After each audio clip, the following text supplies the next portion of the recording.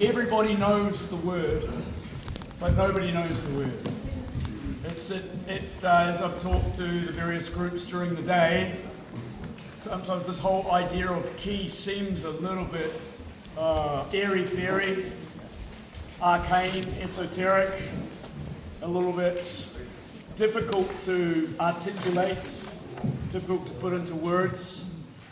And, you know, I could, I've tried to give us some basic definitions on the sheet that I've given you. But my understanding of ki, Takahashi Sensei's understanding of ki, and Fujiwara Sensei's and Ken Sensei's and Graham Sensei's understanding of ki will all be slightly different because it's a constantly evolving understanding. But you will hear it all the time in Kendo. In fact, it's one of the first words that you ever learn in Kendo. Ki-ai, ki-kentai, ichi, okay?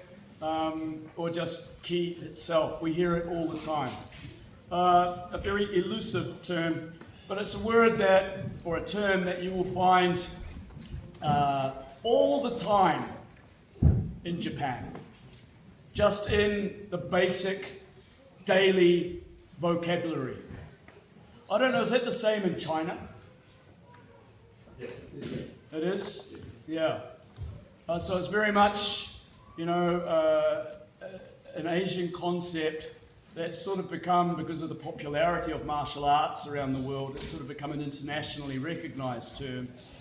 But I've got a list of words that you'll hear every day in Japan, like genki, okay, which means energetic and lively, or well, healthy, young, sometimes.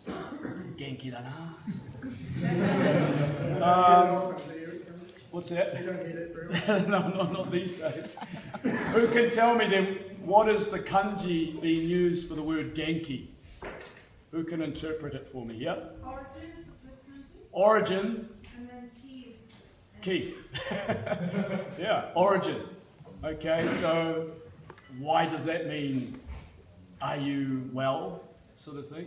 Is the key of your base, of your foundation, is it thriving? That's basically what it means, right? Okay, kimochi is your feeling. How you hold your ki is a literal translation of that. Ki o tsukeru, pay attention, take care. It means attaching ki to something. Ki ga au, be in harmony. Aiki, same thing, right? Tenki, weather, is the key of heaven, is the actual kanji. And so on, and so on. There are many, many words in Japanese language, and clearly in China as well, that have this term ki embedded in it. It's omnipresent, it's everywhere, because that's what ki is, actually. To break down the kanji, I don't know if you know the origins of the kanji. The one on the left is the modern way of writing it. It's kind of like shorthand. It's kind of abbreviated. Okay, and the one on the far right, that's the old way of writing it. And if you break it down, if you look at the illustration in the middle, okay, you can see kind of like steam, vapor, rising over the rice. So this little 4 dots and a cross, that's the origin of the kanji kome for rice. Okay, so this ki is made up of those two parts, those two radicals. And so it means steam rising from cooked rice. That is what ki means. So if you put that into context, what is it saying exactly? What is it? What is rice? energy. Energy, isn't it? It's what we eat. It's your staple diet. It's where you get your energy. It's where you get your carbs. Okay? So that you can get up out of bed in the morning, go to work, do your kendo, and so on and so forth. So this is actually cooking rice. is what the term ki actually means. Okay, so in that sense, it's very simple, isn't it? It's the energy that we take each day to keep us going. But it evolves and it manifests in various different forms. In Kendo, as I've got here, I'm just going to stick to this because I'm going to finish this off in 10 minutes. In Budo, not only Kendo, but all of the Budo, in that context, it is thought to connect the body and the mind. Okay, and one way, not only within the self, one thing that I was focusing on today is your own ki is very important, right? And that's why we do lots of kagari geiko and uchikomi and kirikaeshi. To ki o neru is the term. Neru means to knead, like you're kneading dough when you're making pizza or something like that, like or bread. Okay, you knead the dough. By doing all this hard training, we're kneading our ki. And that's the way it's expressed in Japanese. So it's not something that suddenly you have, it's something that's always there, but what we're doing in our Kendo and our Budo and in our case, is we're refining that ki, we're learning how to control that ki. And part of that is not only yourself, but what I was focusing on particularly today was also knowing the ki of your opponent. And that is known as Aiki. Okay? So just, you go and you sit like you saw, stand up. Masada-kun, turn around and take a bow.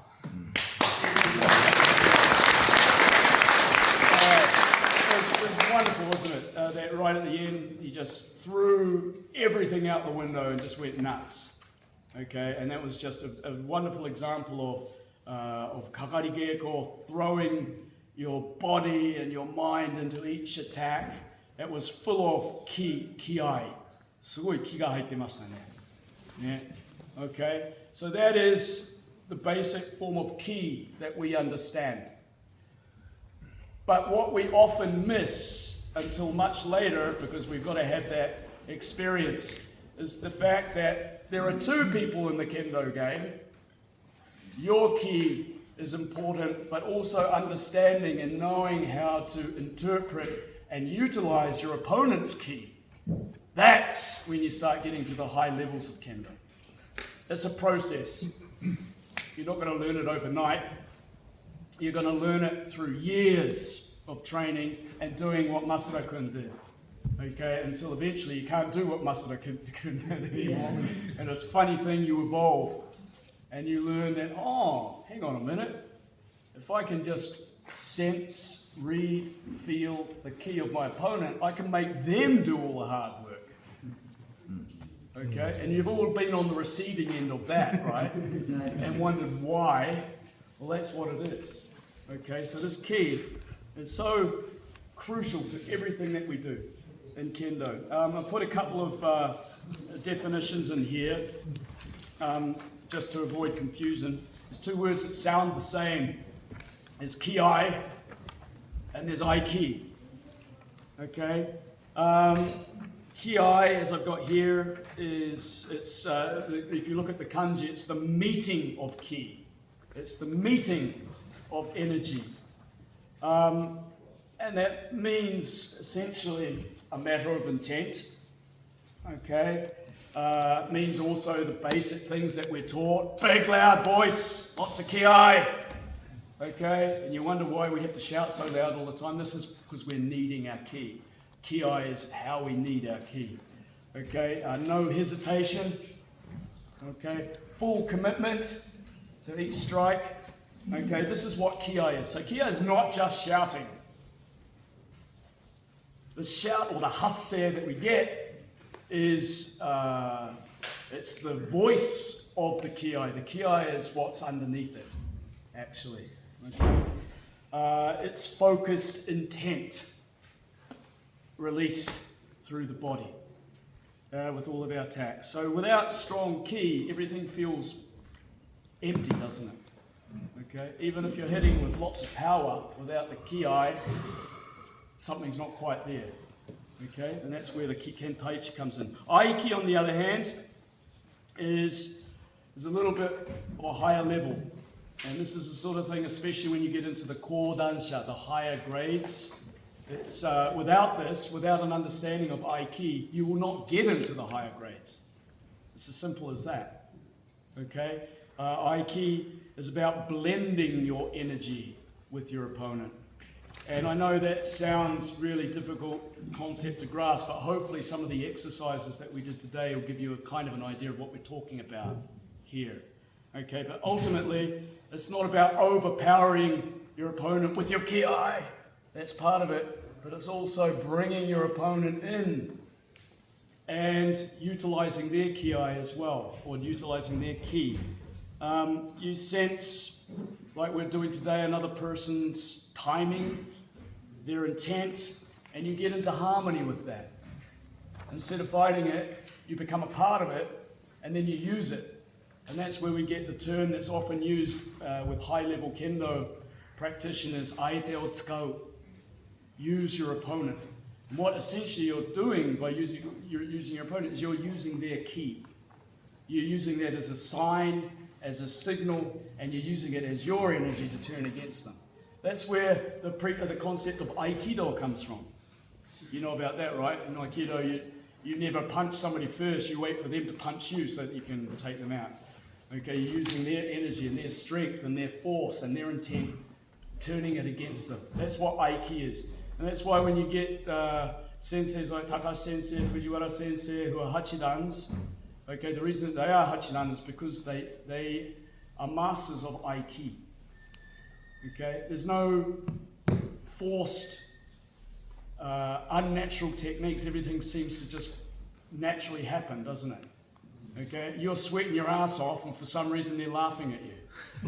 Okay, that's what a master of Aiki is, and that's precisely the kind of thing that I'm really studying hard and trying to learn myself. Okay, I'm not there yet, but little by little, ki o neru shikanai. Okay. So I'm not going to talk about seme and zanshin. You can look at that and think about it yourself. But I did talk a little bit about this kanji on the right here today, sansappo. Okay, and this is another one of the fundamental ideas, concepts that we learn in Kendo. How many people have been asked in a Dan examination, write about sansappo? Yeah, right? Okay, so what is it? So, all those three, but it's expressed in the question. It's what is the opportunity to attack? It's the opening, and the answer is sansappo. Sansappo, yeah. So it's basically it's killing the sword, killing the ki, and killing the shinai. Right. I've never been quite sure of the order, to be honest, but it doesn't matter because they're all the same. And killing the ki, probably you've wondered. Okay, I understand what killing the shinai is. That's easy, isn't it? Harai. Killing the waza, blocking, not letting it through, and killing the ki. Does that mean having stronger ki? That's probably what most people interpret it as, right? Hey. Right? Simply put, if an opponent shouts at you at 100 decibels, then you shout back at 120 decibels 1 second longer. Right? That's basically what most people think killing ki is all about. That is part of it for sure. But more higher level of killing ki is to become in a state of aiki. And then not letting your opponent's ki manifest into any kind of movement.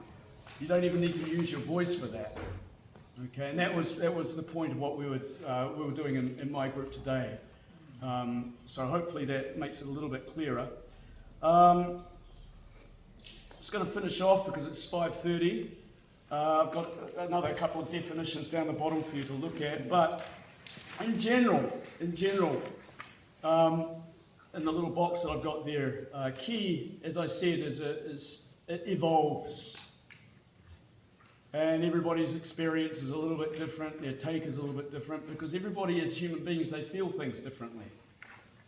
I had one person come up to me today and said, I just don't feel anything. It's like, how do I respond to that? That's interesting. That could be a really good thing or it could be a bad thing, I'm not sure, but I have to think about that. But anyway, in the box here, at Q level, generally speaking, we learn to express strong ki, like Masada-kun did before with his intense kakarigeko. Okay? That's where it starts. That's why we're told to shout loudly and do all these things.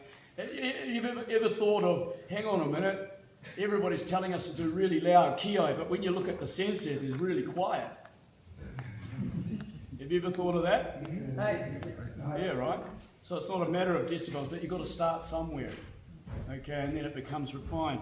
At Dan level, depends what Dan we're talking about, of course, but you learn, especially from Sandan, Yondan level, that's when it sort of starts, you learn to direct and regulate that ki a little bit more. You're learning how to control it.